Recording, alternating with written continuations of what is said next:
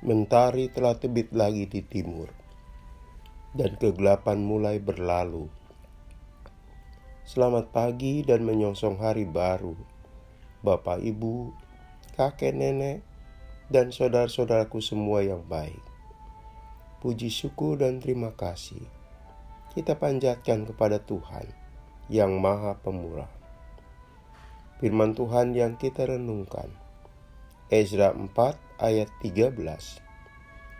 Kiranya Raja maklum bahwa jikalau kota itu sudah dibangun dan tembok-temboknya sudah selesai, orang tidak lagi membayar pajak, upeti, atau bea, sehingga kota itu akhirnya mendatangkan kerugian kepada raja-raja.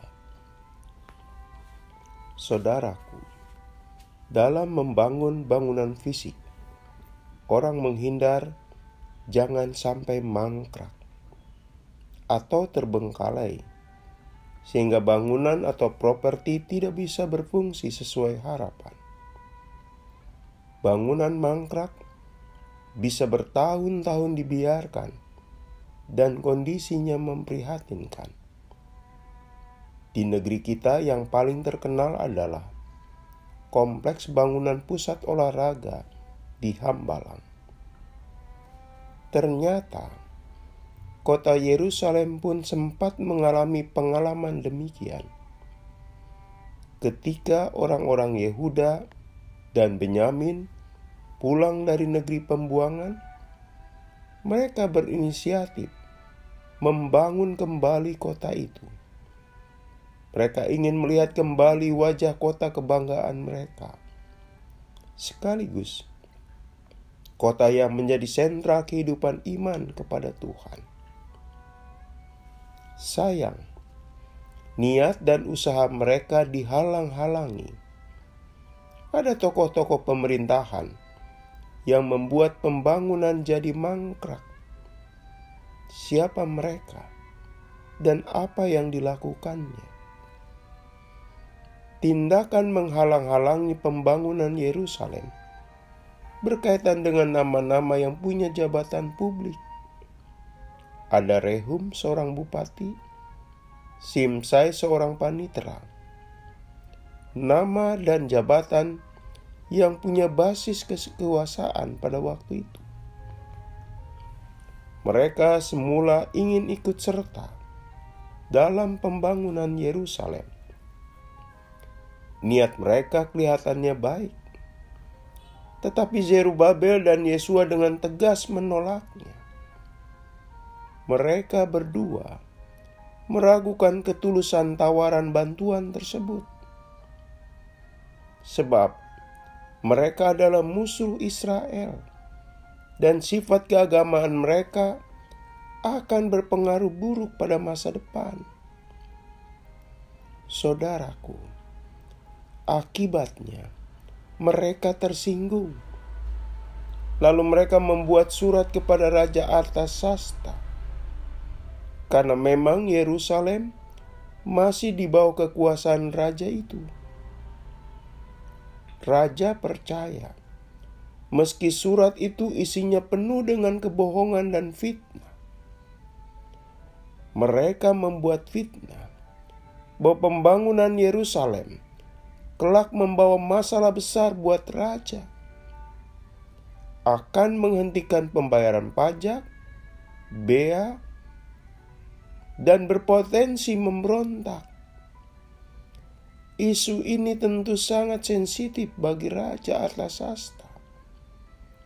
Rehum membuat kabar palsu itu ternyata efektif. Raja mempercayai Rehum dan kawan-kawan, sehingga pembangunan dihentikan. Raja khawatir bahwa benarlah apa yang diutarakan Rehum, bahwa pembangunan Yerusalem akan menggoyahkan posisi kekuasaannya. Raja tidak mau pembangunan kota Yerusalem itu nantinya bagaikan kerikil dalam kasut atau sepatunya. Saudaraku, sifat buruk seseorang akan terlihat manakala melihat orang lain yang sedang berkarya. Rehum dan kawan-kawan, nampaklah sifat busuk mereka: menghasut dan memfitnah, bahkan melakukan kekerasan. Tujuannya satu: pembangunan Yerusalem mangkrak. Mereka tidak mau pembangunan Yerusalem berhasil. Mereka lebih senang pihak lain mengalami kegagalan daripada keberhasilan.